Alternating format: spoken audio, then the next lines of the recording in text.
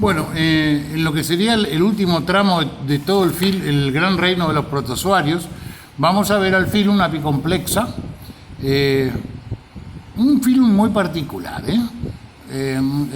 Los apicomplexa, su nombre nos está indicando dos cosas. Api, el prefijo api, significa apical, significa arriba, en la extremidad superior. Eso es api, el apex. El punto culminante de algo es el apex. Acá tenemos el prefijo api, que significa arriba, y complexa, del latín complejo. Es un complejo apical, o un complejo que lo caracteriza, que está arriba en la parte superior. Bueno, ¿qué pasa con los apicomplexos? Nosotros habíamos hablado de que la forma en que los protozoólogos encontraron para poder clasificar a los protozoarios era a través de sus órganos de locomoción, su forma de locomoción. Así teníamos a los sarcomastigóforos, que tenían a su vez sarcodarios o también llamados rizópodos, se movían por pseudópodos. Teníamos a los mastigóforos, que se movían a través del movimiento del látigo que ejercían a través de sus flagelos. O sea, se movía por flagelos. Y después teníamos los ciliados, que se movían a través del batido de sus cilios. Estas son las tres formas de locomoción. Pero también están aquellos que son inmóviles, o sea que no poseen mecanismo de locomoción. Esta es una de las características de los apicomplexas. Son absolutamente inmóviles. No poseen cilios, no poseen flagelos, no poseen pseudópodos, más allá que en alguna etapa de su vida puedan ejercer cierta movilidad, durante la mayor parte de su ciclo vital son inmóviles, o sea, se mantienen en un mismo lugar. Habíamos dicho, acá podemos ver en primer término arriba, dentro de la clase, vamos a tomar como ejemplo a los esporozoarios, ¿no es cierto? La clase esporozoa, hay muchas. Ya van a ver en los prácticos algo de la sistemática de los apicomplexos. Pero habíamos dicho api arriba, complejo superior, complejo. Y esto es lo que hace referencia a una característica típica, única de los apicomplexos, que es la presencia de un sistema de organelas que están distribuidos en la parte superior, que están ubicados en la parte superior del protozoario y se denominan complejo apical, cuya utilidad ya vamos a ver. No posee cilios ni flagelos porque en la mayor parte de su tiempo son inmóviles, se mantienen como inmóviles. Ya vamos a ver después por qué razón ocurre todo esto. Tienen formas quísticas, o sea, hay formas inmaduras o formas de resistencia donde forman huevos con quistes, o también llamados esporas, que son cubiertas que les sirven y que son resistentes a las condiciones ambientales adversas y los ayuda a preservarse en el tiempo. La característica de los apicomplexos que son todas, absolutamente todas, excluyentemente de vida parásita. Por supuesto, en su mayoría endoparásitos. Son endoparásitos de tejidos, de cavidades, del cuerpo, de vertebrados superiores, vertebrados inferiores, de sangre fría, de sangre caliente, también invertebrados, de muchos invertebrados. Los apicomplexa se las han ingeniado para poder parasitar a casi todas las especies vivientes. Para poder ejercer su función de parásito, tienen un ciclo de vida complejo, con formas de esporas, que habíamos dicho son formas de resistencia a condiciones climáticas adversas, y tienen varios grupos o clases dentro de este filum: Gregarina, Eimeria, Plasmodium, Isospora o Toxoplasma, son algunos de los grupos más conocidos. Y acá vamos a ir a describir a un típico apicomplexa. Esta descripción puede servir para cualquiera. puede tener una forma un poco más redondeada, un poco más alargada, un poco con algunas diferencias, pero todos, absolutamente todos, los apicomplexa tienen más o menos esta estructura y la presencia y desarrollo de estas organelas que vamos a describir en particular. También debemos destacar que por su condición de parásitos estrictos, los apicomplexa han desarrollado una serie de adaptaciones. En primer lugar, son de muy pequeño tamaño.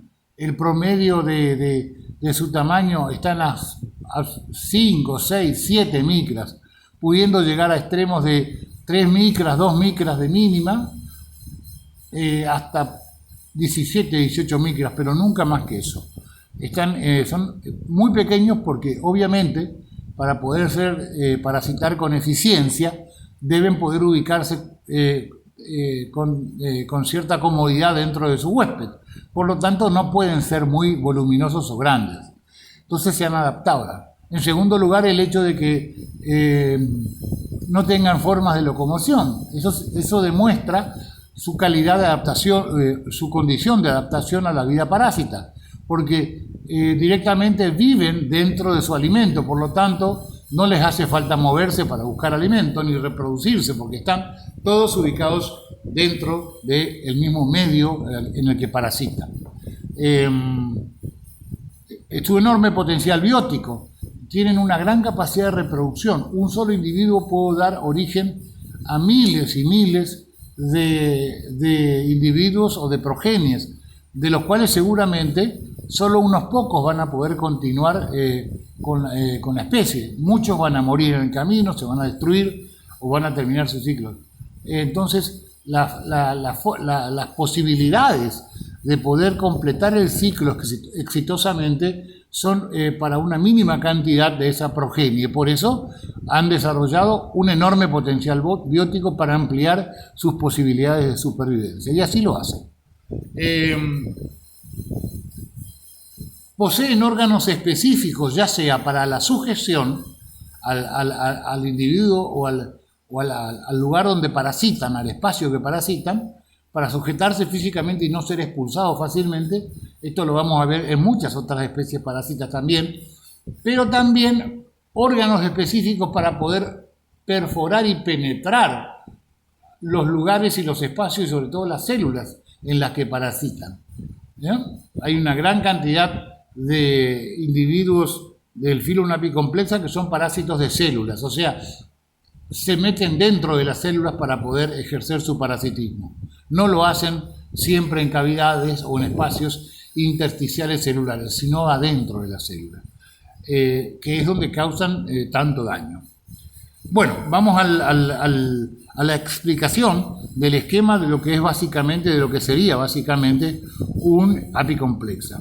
Fíjense que las 2/3 partes del cuerpo están ocupadas por el núcleo, pueden tener un núcleo o más, pueden tener vacuolas, tienen aparato de Golgi, podemos encontrar mitocondrias, acá hay otras más, partículas, depósitos de alimento, o sea, básicamente lo que debe tener lo que tiene cualquier célula eucariota.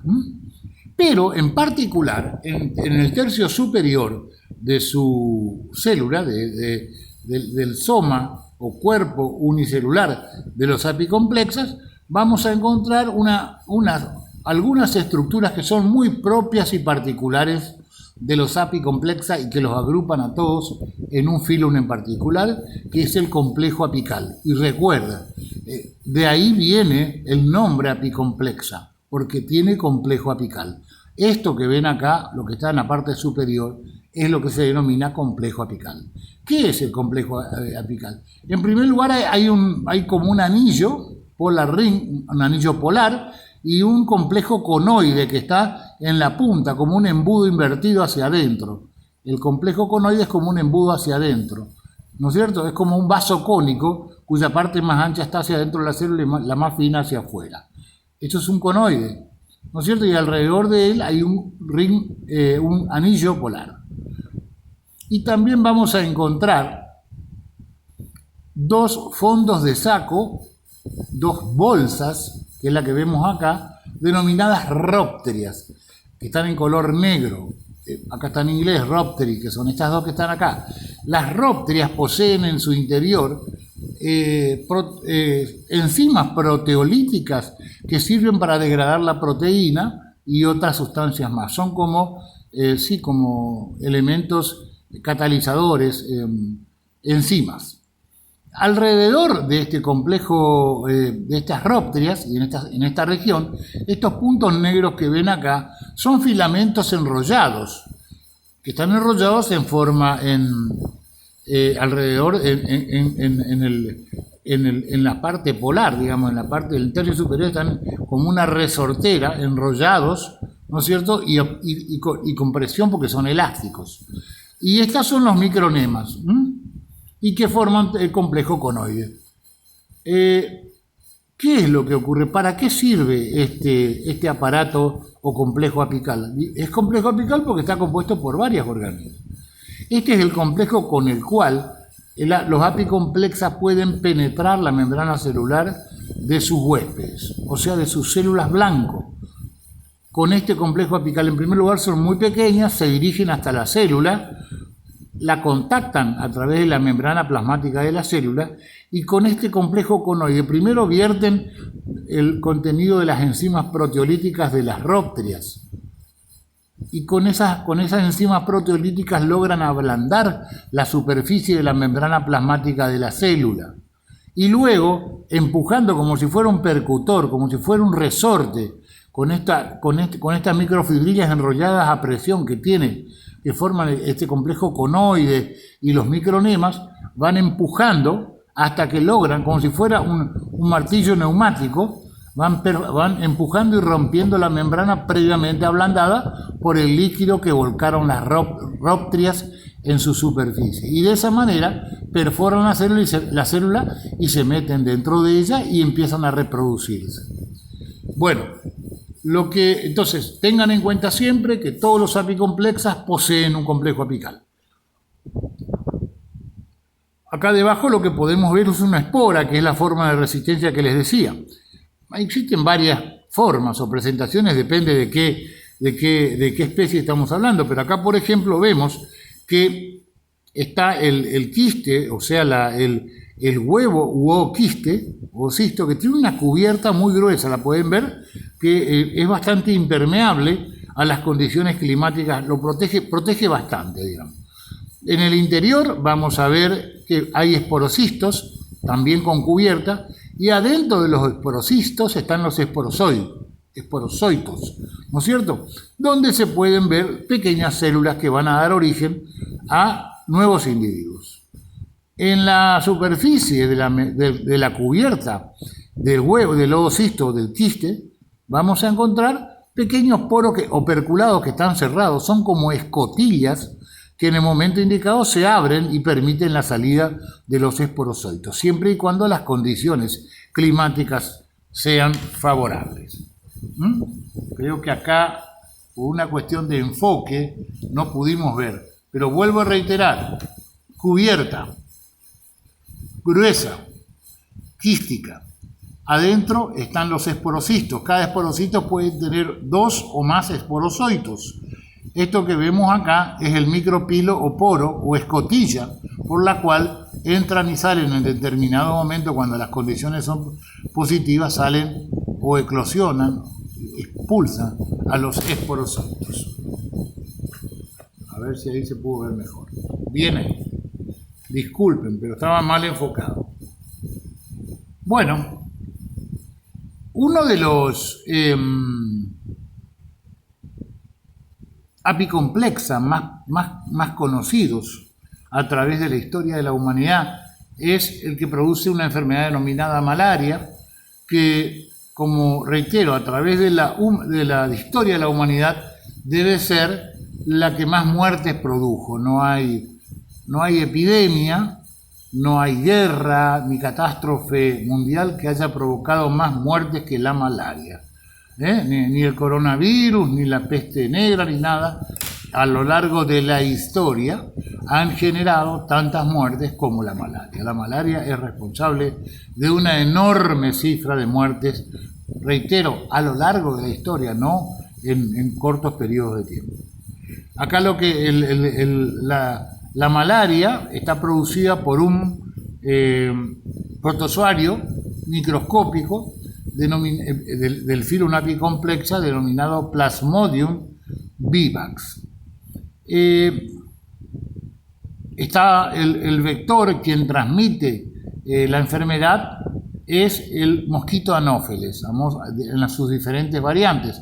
Hay muchas especies de anófeles. También tenemos varias especies dentro del género Plasmodium. Plasmodium falciparum, Plasmodium vivax, que se ubican en diferentes regiones del mundo. Y bueno, reitero, el agente etiológico, el que produce la enfermedad, es el apicomplexa, es un protozoario apicomplexa, parásito de la sangre, denominado Plasmodium vivax. Quien transmite, o el vector, es el mosquito anófeles. Bueno, a ver si podemos describir, tomar como ejemplo al Plasmodium vivax para ilustrar un poco sobre el difícil proceso de reproducción, el complejo proceso de reproducción que tienen los apicomplexas, porque los apicomplexos en un mismo ciclo biológico alternan etapas asexuales con etapas sexuales. A ver, veamos primero cómo comienza un ciclo.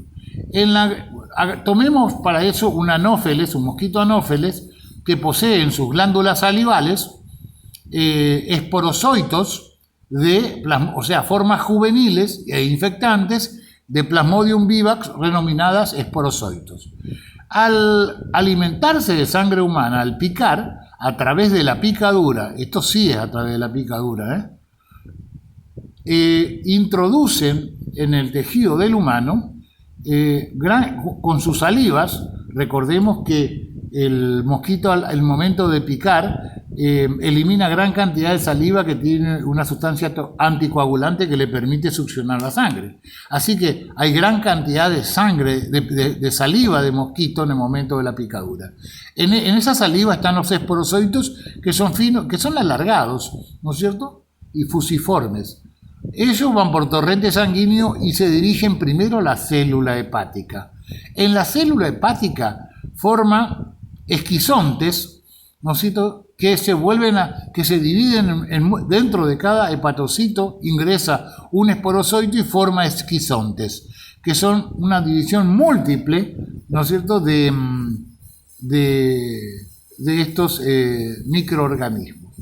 Revienta un hepatocito colmatado por la división de esquizontes en su interior y ataca a otros nuevamente, y así se produce una reacción en cadena que va tomando todo el tejido hepático y va destruyendo hepatocitos y produce un cuadro de tipo, ¿cómo le diría yo?, hepático, ¿sí?, y que se caracteriza por la destrucción del hígado, y el paciente o la persona toma las mucosas y la piel toman un aspecto o un color amarillento que se llama ictericia, ¿no es cierto? Luego de esta fase, se liberan los merozoitos que están dentro del hepatocito, se van liberando de los hepatocitos y se van a la sangre. Y de la sangre y en la sangre atacan a los glóbulos rojos. Dentro de los glóbulos rojos vuelve a ocurrir el mismo fenómeno.